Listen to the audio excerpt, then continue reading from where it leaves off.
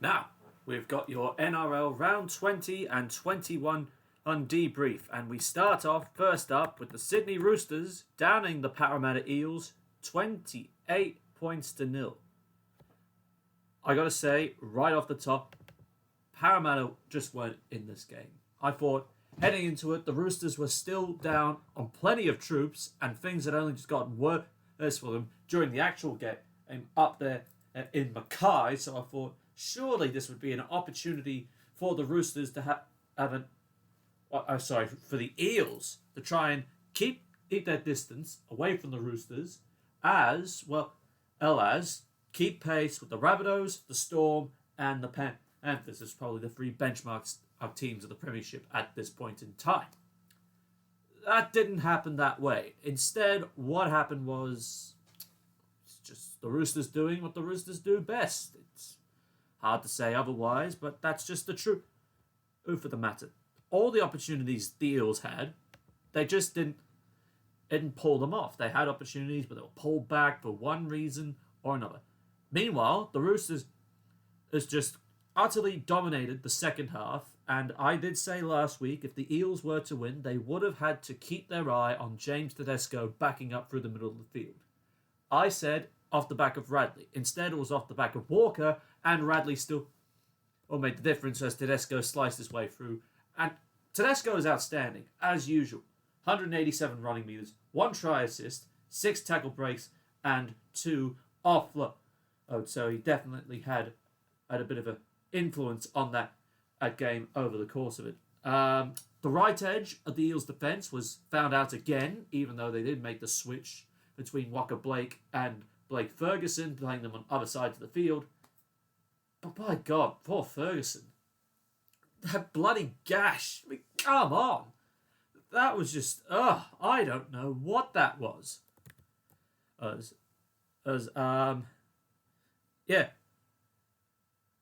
course, like I said, could have scored, or the Roosters could have made opportunities from their own missed penalty goal, but the Eels got there just in time and got it out of the in-goal to prevent a goal line dropout. And he does note that the Eels, if they are any chance of going deep into the finals, they can't continue to put in performances like that.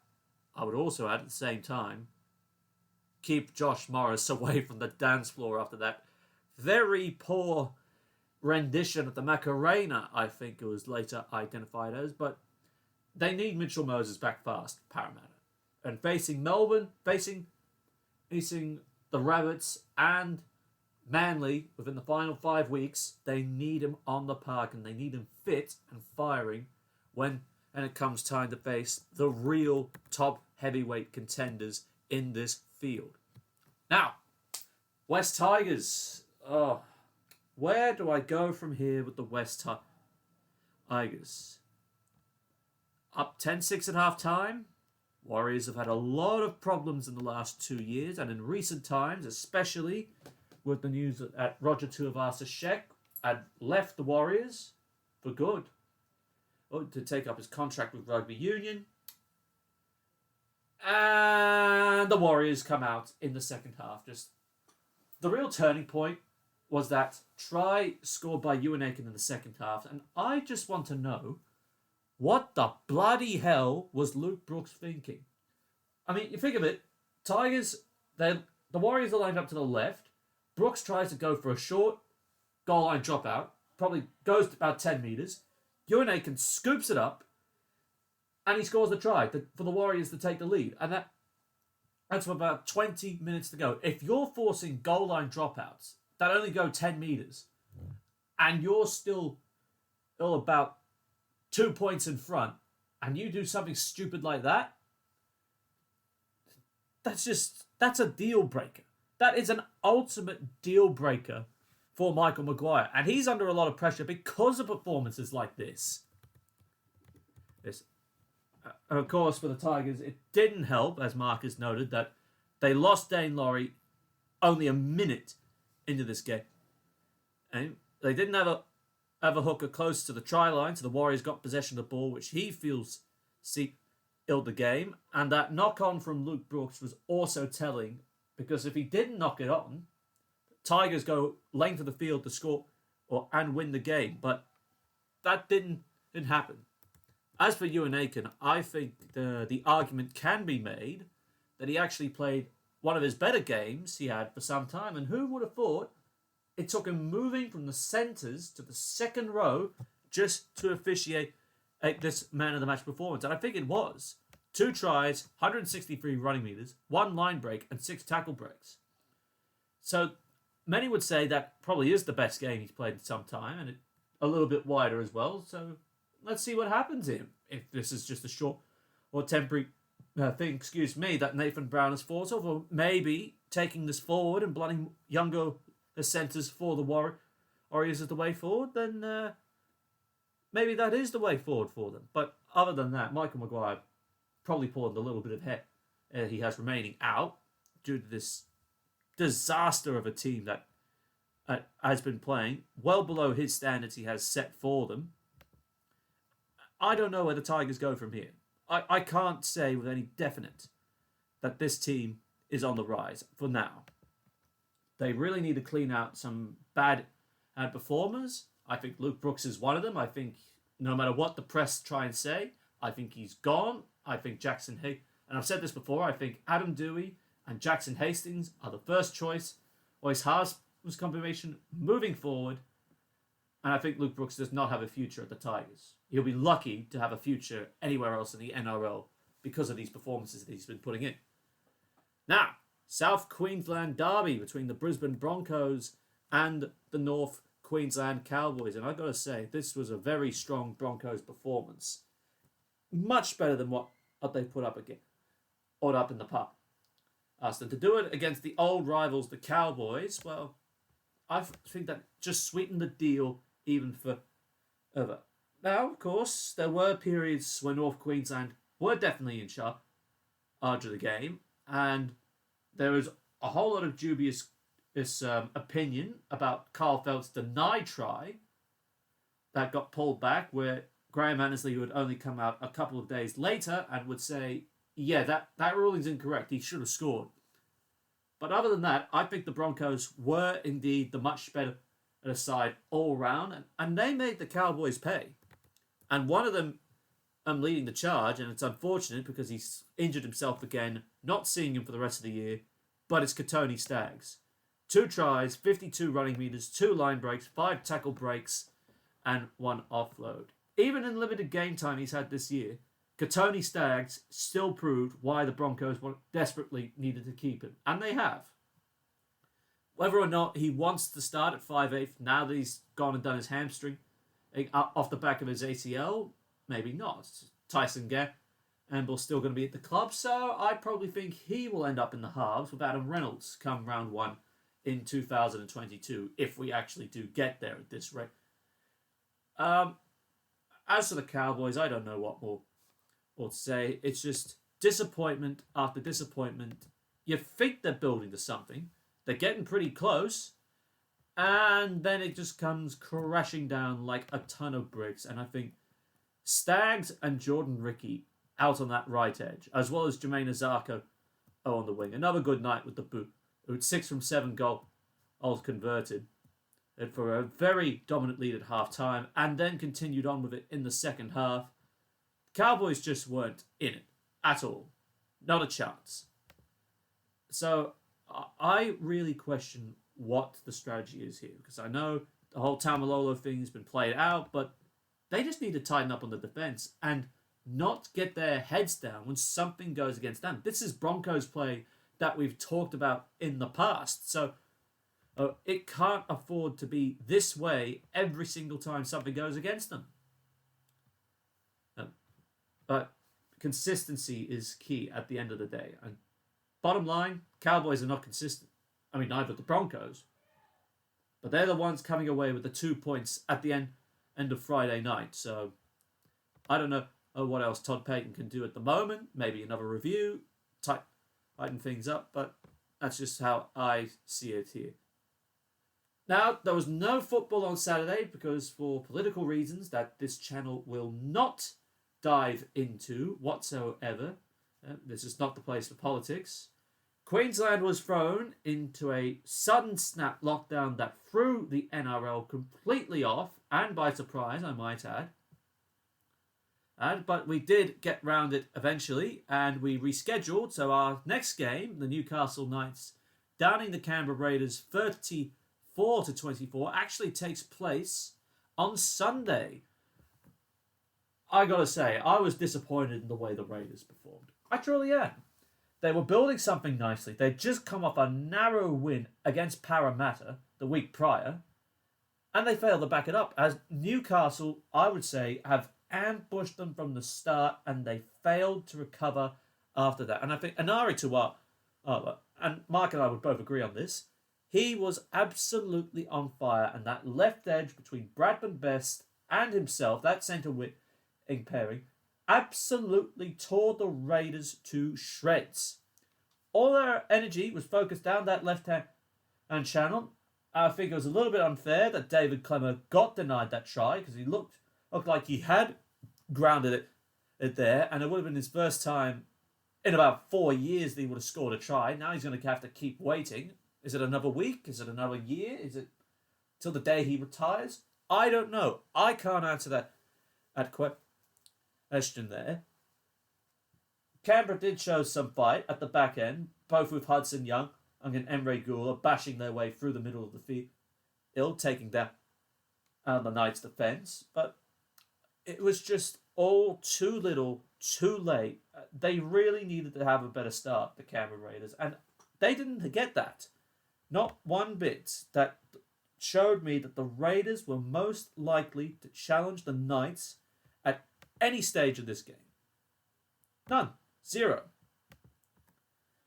Release pressure for Adam O'Brien. They're still in the hunt for the 8. For Ricky Stewart, not so much. It just probably puts more pressure on it, knowing that they would eventually have to face both the Melbourne Storm and the Manly Sea Eagles at the back end in this last 5 weeks in the run home. So it's crunch time. He has to really now sink or swim.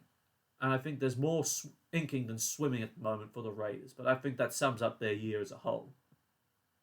Now, the grand final rematch between the Melbourne Storm and the Penrith Panthers. And I ultimately saw this one come. I mean, Melbourne obliterating Penrith 37 points to 10. Everything was going Melbourne's way. That's just the gist of it.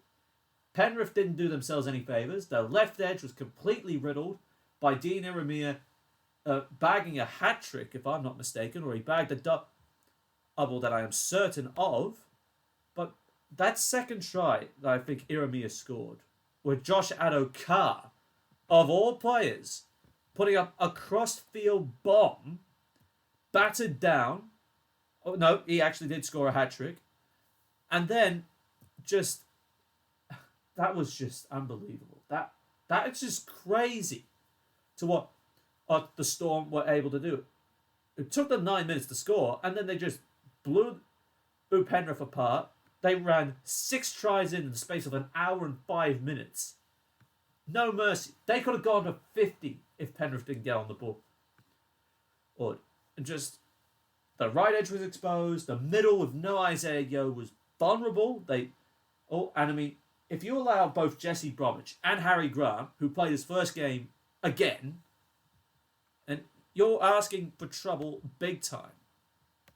And that's what Penrith got. They managed to pull it back, but that was just all too little, all too late, and they just couldn't handle this onslaught that the Storm brought on.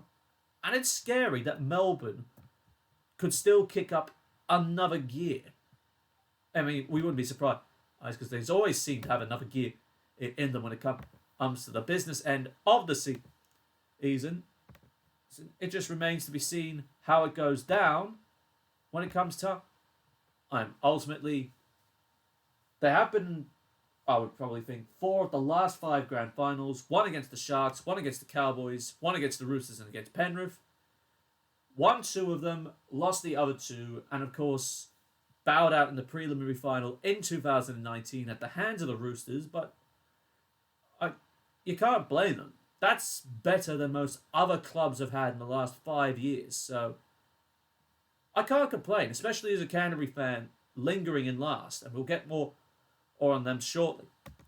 Meantime, the Rabbitohs downing St George Illawarra 50 points to 14. And Mark will probably hate this, and he probably hasn't had much to say.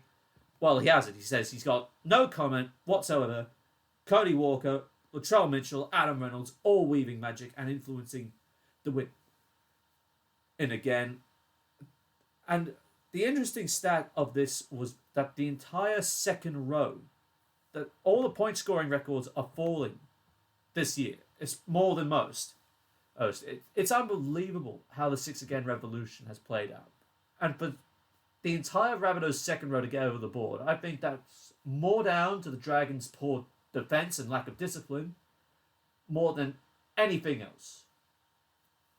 That's how I see it there. And the interesting variation, I believe it was with the Jacob Host try. I've talked about how the Rabbitohs' pet play is run the centre as a decoy and then dive through with a distraction. So you've got to force yourself to try and jam in on the centre. I think this was in the lead up to the Latrell, maybe not the Latrell Mitchell try, but maybe the Josh Mansell or try. Host was running the decoy. Gagai gets to the outside. And then I think it was with the Mansell. Instead of Gagai usually being the man that acts as the distraction for either Walker or Mitchell or Reynolds to sweep round, this time it's Host that runs as the decoy. Gagai gets to the outside, Rabbitohs score down on the left-hand channel. It's poetry in motion what South are doing with their attack. I think it's defense that they need to tighten it up on if they want to match it. As for the Dragons, well, Barbecue Gate is coming to an end. There's still one or two players that need to serve a ban, and they are going to serve it this weekend. But Adam Reynolds, he's inching ever so closer to becoming South Sydney's greatest ever point score, or a period. 1 try, 2 try assists, 93 running meters, 4 tackle breaks, 1 offload, and 7 from 9 goals converted. I think he will achieve that. Will anyone run him down in the future? Well, if it's taken this long to chase down Eric Sims, his all-time point scoring record, I think of 1,841 points in a career, who knows? You could be optimistic about that. And this was the part where Mark's probably going to be laughing at me, but the Dogs, what can I say? Going down to the Gold Coast Titans, 34 points to 6. An absolute disaster, I would have to say. All around, just fundamental errors in the game and made by us, held out for more than an hour as the Titans just ran and try. Also, into the field, we did not handle the Gold Coast effective enough. Carl Flanagan, he got dropped again. What a surprise. The only try, this is worrying of the attack. Bailey beyond the Odo, not knocking him, but he dove from second half for the only try we were able to actually score tonight. If we don't make half the errors we did, and we had more possession than the Titans did, but with 7 errors to our name. And offensively, we were not sound at all. 69% defusal on the kick return, and 21 missed tackles, 11 of them ineffective. That's 32 tackles that gone against us, 10 errors, 4 penalties conceded. That's not good. Not one bit is that good. As for the Gold Coast, another easy win for them. They get to keep in touch as they sit comfortably inside the top 8 at the moment. Well, when I say comfortably, I mean other 4 teams are with them on 18 competition points each, but for the moment, they sit inside the top 8. So, can't really blame them for enjoying themselves. Can they hang on? Honestly, I think yes. I think the Titans will hang on at this point in time. And finally, the Manly Sea Eagles running out over the Cronulla Sharks, 40 points at 22. You've heard the stats. That this Manly fullback, Tom Trbojevic, has pulled off. This was something else. else. We're talking 3 tries. So he's got 1 hat trick to his name already. But then on top of the hat trick that he has scored, I mean, he's got to remember, he didn't come in until about round 5, maybe round 6. This man is getting closer.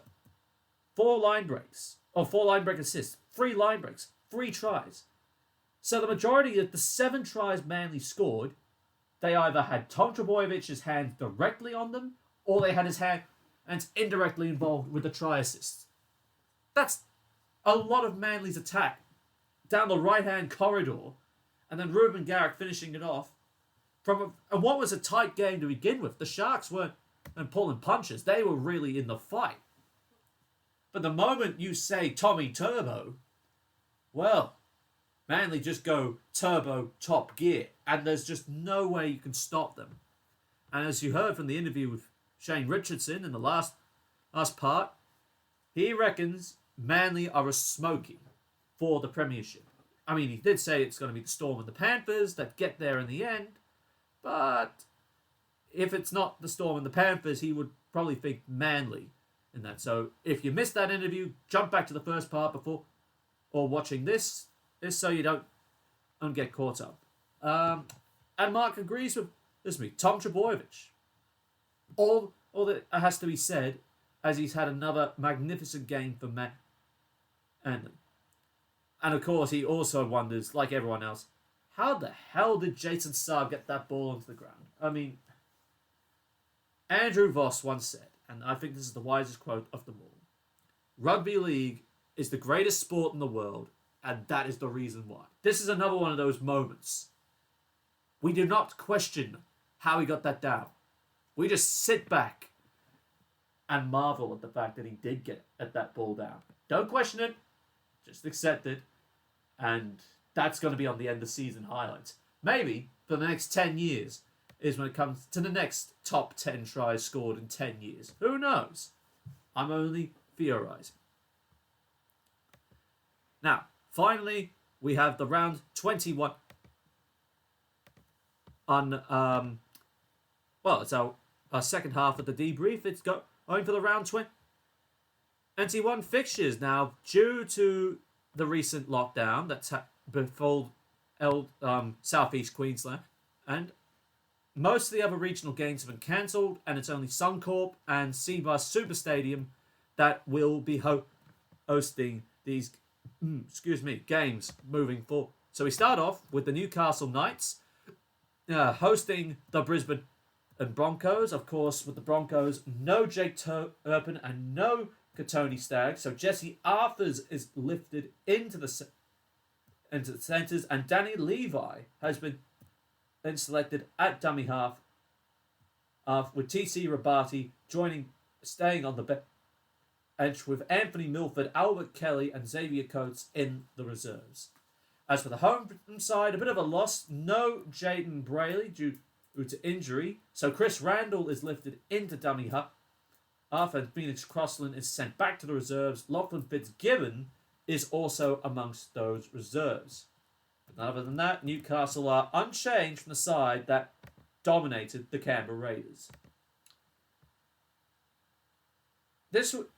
If Katoni Staggs did not get injured, and I think Mark had made this point as well, and of course Mitchell Pearce is back, so that's the other reason why Crossland's out. But Mark knows this as well as I. The Broncos don't have Katoni Staggs again, so it's another loss for them. He does reckon it will be a flip of a coin, but he reckons with Danny Levi coming out of dummy half for the away side, he'll be a definite threat for the Knights. And of course, he has mentioned Newcastle aren't full strength, but they somehow managed to beat Canberra. His final prediction is that he reckons that the Broncos are going to run out by 10 points. So he's predicting a Brisbane 1-12 victory. I don't agree with that. I think the Broncos have lost their main strike weapon, and I think Newcastle have found a jig in their step, and I think they're going to be ready to explode. Well, not really explode. They're going to lose Jaden Brayley, who is a significant loss for them, but maybe Mitchell Pearce offsets it for them. So I think it's going to be a tight game, but I reckon it will be the Knights getting home 1-12, especially if they go at the Broncos' right side defensively. So Tawala, Best, Ponga, that's all you need to say. I think this will be a 1-12 victory for Newcastle. Now, the Canberra Raiders up against the St. George Illawarra Dragons, and there have been mass changes for St. George Illawarra. Matt Duffy given the axe, so Jack Bird moves to fullback to accommodate the return of Cody Ramsey, back on the right side with Michaeli Ravawala, also back. Adam Clune shifts to halfback with the absence of Ben Hunt. And of course, also a lot of big ins, including Jack Bird back in at the centres, Jack DeBellin at lock up forward, Josh Maguire also back in the side in the front row, as well as Daniel Alvaro back in the reserves and Blake Laurie. Only Jared Beale and Josh Kerr to serve their bands. As for the Raiders, no Sebastian Chris, so Matt Tomoko starts in the centres, and Corey Harawira-Naira swaps places with Hudson Young in the second row. Well, this is going to really be the point of the day where the Dragons are almost through it. And I do admit the Raiders were disappointing, but I think Canberra are still a far better side than what they have shown. And, both of these teams, as Marcus said, are on equal points, and for the first time since round one, the Dragons are outside the 8, so they'll be looking to get back into it, while the Raiders will also be looking to climb into it. I think the loss of Ben Hunt will really hurt St. George Illawarra, and it will really be interesting to see how Adam Clune handles it. Mark reckons the Dragons will win by 8, so he's predicting a Dragons 1-12 victory. I'm going to have to go the other way. I think this will be the final nail in the coffin for St. George Illawarra, and I think Canberra will run out 1-12 on this. Now, Eels versus the Rabbitohs. Mitchell Moses in for Parramatta. No Regan Campbell-Gill on the pack, while Cam Murray returns for the Rabbitohs. Look, I've already said the Eels missed Mitchell Moses. He does come back in at a crucial time. Benji Marshall also back for the Bunnies, so there's some good cover should they lose Walker or Adam Reynolds. But I'm a little bit concerned that is this the right time to rush Moses in? Maybe it is, maybe it isn't. But what I see here, and I know Brad Arthur is going to be desperate about this, but I don't know if Moses is going to be 100% fit, ready to go when it comes time to face the Bunnies. I mean, we got to remember, South are still chewing up oppositions despite having 50 points put on in the space of a couple of weeks. I think this is just the right edge will really need to be on song for this one. I don't know if they can be. And the Bunnies pack could really stick it to Parramatta again, as many people regard the Eels as nothing more than a bunch of flat track bullies. And Mark reckons the Bunnies do have a better team and are in more form than that of the Eels. He reckons it's a sneak peek preview of the finals, but he thinks the Rabbitohs will run away by 28 at a 13-plus margin. I think South Sydney will also run away with this 13-plus. I think Moses needs game time. He mightn't get the win against the Rabbitohs here, but I think he will be there for when they face Melbourne and Penrith in the final 2 weeks. This game's important, don't get me wrong, but I think there are bigger fish for the Eels to fry if they want to thrive in the final series. So I'm going to say South 13+, but I wouldn't be surprised if Parramatta bounce back in the not too distant future there.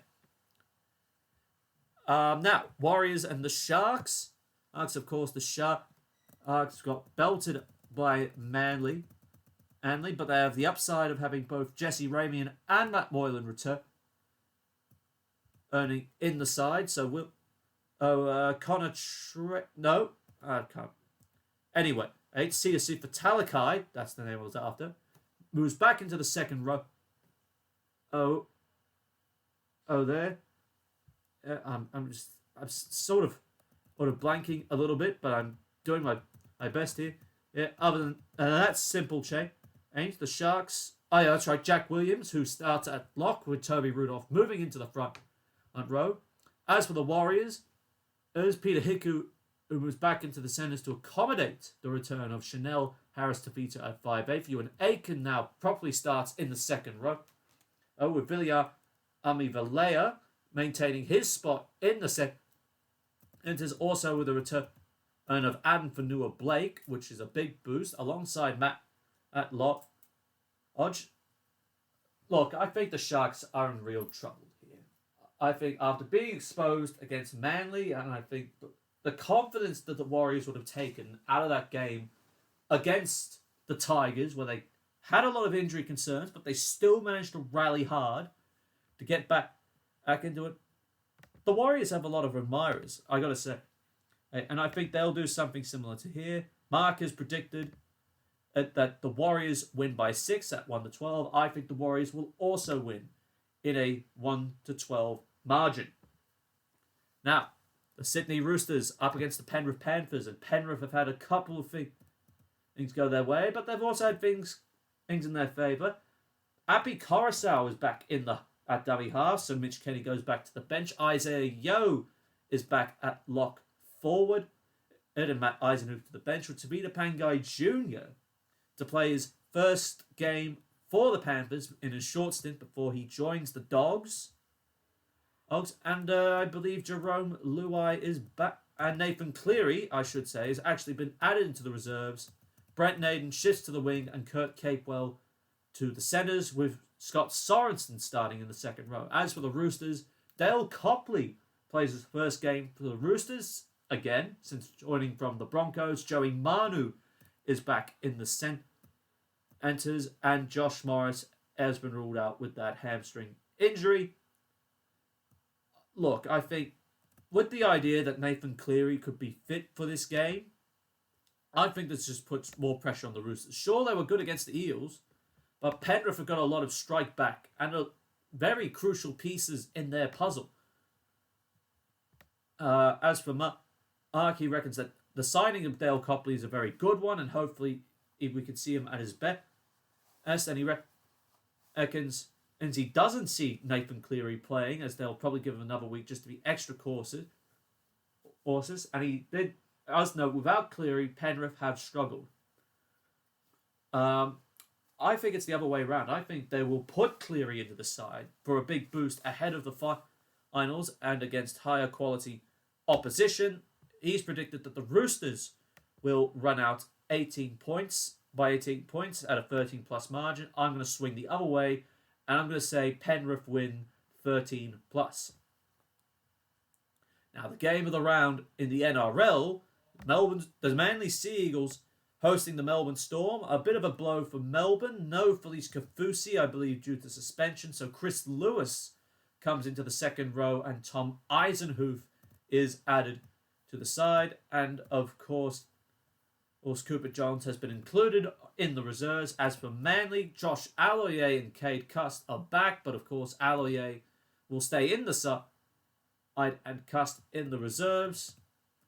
This will be reminiscent of the Battle of Brookvale that took place almost 10 years ago to the day. Friday Night Football, still in front of Channel 9 regardless. Many would think Manly are a good chance of actually upsetting the Melbourne Storm. And I have heard some of the arguments from some commentators. Mark reckons they'll take the fight right to Melbourne, and it will go absolutely down to the what. And they've been in good form. And, of course, Manly are still a smoky for the top four. He reckons this game will have it all, and he's predicting that it's going to go into Golden Point due to the quality of both sides and the form that they have shown in the last couple of months. I don't know how to effectively shut down the Melbourne Storm. If it's through frustration, if it's through domination in the middle of the field rather than trying to play around them, we'll see how it goes. There. He's predicted Manly win by 1 on a 1-12 margin. I'm going to say the Storm win in a massive reality check for Manly, and I think Melbourne win 13 plus there. And finally, the two games on Sunday. We have the Canterbury Bulldogs hosting the West Tigers on the Gold Coast. The Tigers have gone through a couple of forced changes. Dane Laurie has been ruled out with injury, so Moses Mbai shifts to fullback. Michael Cheekham is added into the centres alongside Tom Ombi-Talau. And Zach Sini has been included on the bench once more. and Sean Bloor into the second row, I believe at the expense of Luke Garner, although this could have happened some time ago. As for the Dogs, more changes again. Of course, Kyle Flanagan, the big one, getting axed again, with Bailey beyond the Odo starting in the halves, Valakiku Manu coming in for Jaden Ockenbaugh, Nick Meaney and Corey Allen swapping places between fullback and wing again. Arvasi Amanafanai taking his place in the front row, with Dylan Napa going back to the bench, and Joe Stimson pushed back to the reserves as well, with Renoff Atoni dropping out. Yeah, I got nothing more to say about Canterbury. Though I know the West Tigers were terrible in their match on the weekend, but at the same time, the Tigers seem more likely. And Mark says he's not surprised that there would be a late change on game day that would see Zach Sini move to fullback, with Moses Mbai coming off the bench. Surprisingly, actually, I didn't think he would swing this way. Hey, he says that the Dogs in the last few weeks have shown what they are capable of, and he's got a feeling that they could pull off a win considering how inconsistent the Tigers have been all year. And this must have taken balls for him to say this, but he reckons his prediction for this game, the Bulldogs by 6 at a 1-12 margin. So he's trying to toy with me. Is this what he's trying to do to me? Is he trying to toy with me? Exactly, by going with the Dogs? Look, I think even the Tigers could run over the top of us at this point. I'm going to predict the Tigers 1-12 win. I love my Dogs. I love the fact that my mates thinks that the Dogs can win, but it's not the case. And finally, the North Queensland Cowboys the Gold Coast Titans hosting the North Queensland Cowboys. Kane Bradley dropping out as Valentine Holmes is back. Ben Hampton shifting to the centres with Murray Talagi back out to the wing. Jason Taumalolo forced to the edge with Helam Lukey, Cohen Hess and Tom Gilbert all lifted the start, and Jake Granville back to the bench. As for the Titans, doesn't look like any changes whatsoever, although Jamal Fogarty has been included in the reserves again. Who knows as if he does. Oh, and Aaron Clark in for Tyrone Peachy, who has been suspended. Well, we've seen how the Cowboys play, and it has absolutely been a shock for the Cowboys. It honestly has. As their right side defense has been absolutely poor, or they've had no other attacking options. Tom Dearden has failed to really guide the Cowboys side and has left all the pressure on Scott Drinkwater. And quite frankly, I don't know if moving Taumalolo to the edge is going to help as much as it is going to be in the middle. I mean, what's the point of having Taumalolo on the edge if you're going to be subbing him in and out? Considering most second rowers play 80 minutes week in, week out. As for the Titans, I think it's a different story. As well, I forgot to mention Patrick Herbert back in with Masters dropping back to the reserves. This strategy of having David Fafita come off the bench, it has been an absolute blessing for the Titans. It has.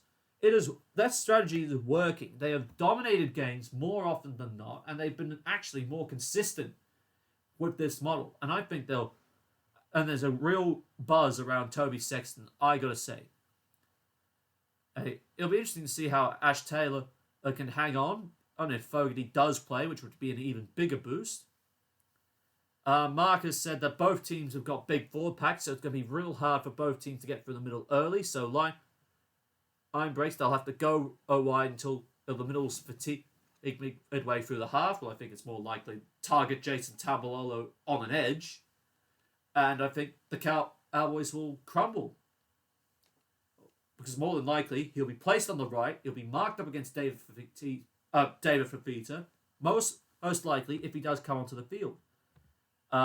Marcus predicted the Titans win by 16 at a 13+ margin, and I agree. I think the Titans will absolutely destroy the Cowboys again. All right, well, that's your NRL round 20 and 21 debrief. If you liked this or the previous debrief with the Super League content and the interview with Shane Richardson, don't forget to leave a like and subscribe to the Sideline Chat podcast so you never miss another week of rugby league action. I hope you enjoyed the weekend, the footy ahead of us, and we look forward to seeing you next time. From Conor Marcellus, you have been watching the Sideline Chat podcast. See you next week.